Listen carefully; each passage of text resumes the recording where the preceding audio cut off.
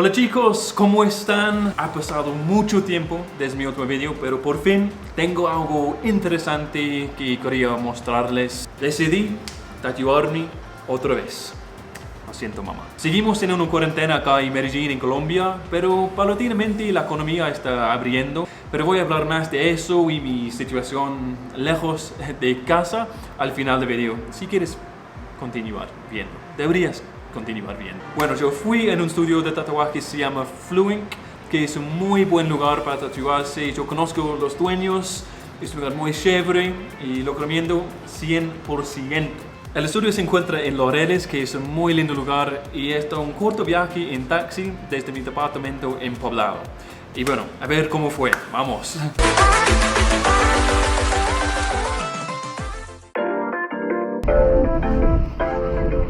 Bueno, muchas gracias. Que tengas un buen día. Chao. Acabo de llegar a Fluink. Hola, ¿qué tal? Este es el lugar donde me tatué por primera vez hace 2 años. Solo unos chiquitos. Acá. Y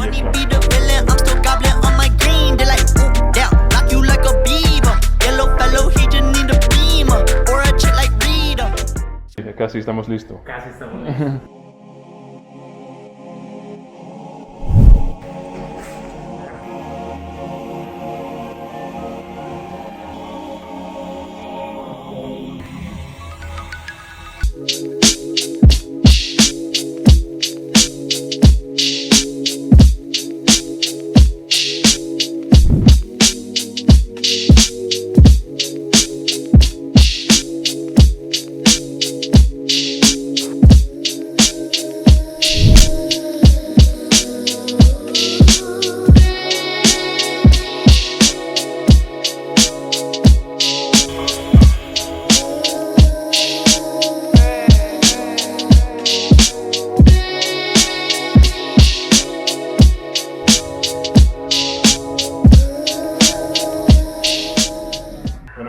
Muchísimas gracias. Con mucho gusto. Y bueno, hasta la próxima. Gracias. Chao. That was easily the most exciting day that I've had over the past 3 months that we've been in some kind of quarantine. It was literally after 2 weeks of landing in Colombia that we've been in this quarantine. So being able to do something that gets the adrenaline going, it felt so good.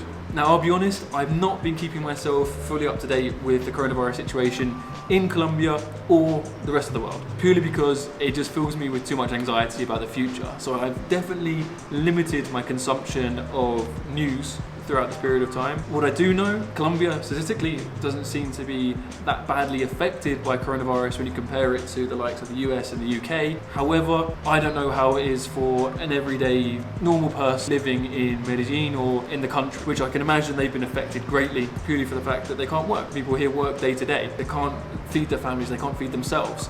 So from that point of view, I know that it's been devastating for a lot of families. One of the measures they've taken to help control the spread of the virus is introducing something called pico y cédula, which is essentially the last digit of your identification. So in my case, my passport, that number correlates to the day on which I can go out and go shopping. So at the beginning of the quarantine, it was only 1 day a week and only permitted me to go to supermarkets to do food or essential activities. Now it's about 3 times a week that I can go out, go shopping and go to other stores. And I believe this is something that's going to continue as they enter a new phase. So we can see that things are opening up, bars and restaurants still not open yet, but it's moving that way. I'm not going to lie, it has been tough living in Colombia throughout this pandemic, but I have no way going to complain, as I know there's other people with much worse situations than I have. There's been lots of ups and downs, but I thought I'd rather focus on some of the positive things that have come out of this situation. For example, during this time I've started teaching English online.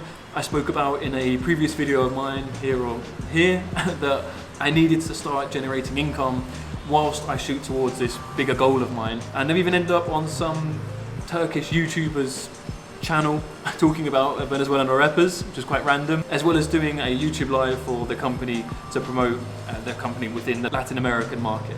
So that's been a positive thing. And then also probably my favorite thing to come out of this quarantine, starting on TikTok. And TikTok, I love it. I definitely spend too much time on it, but it's been cool to grow from just 14 followers at the beginning of lockdown to now around 20 odd thousand. And the platform is great, definitely the place to be. So you should definitely give me a follow. Nick West Spanglish, check me out. So there's been plenty of positive things to come out of this situation as well. And I know my plans have had to change drastically, but I try to think about that because everybody's affected by this situation. I'm just grateful. I'm grateful that I've still been able to work and that I'm still living in the country and the city that I wanted to live in. So I'm happy. I'm very happy to be here, and I'm excited to start making more videos and being able to explore more of this country as slowly the world and everything starts to return to some form of normality. If you'd like to see more, please subscribe, and you can even watch some of these videos again here or here. I'd be very grateful. Que estén muy bien. Cuídense y chao pues.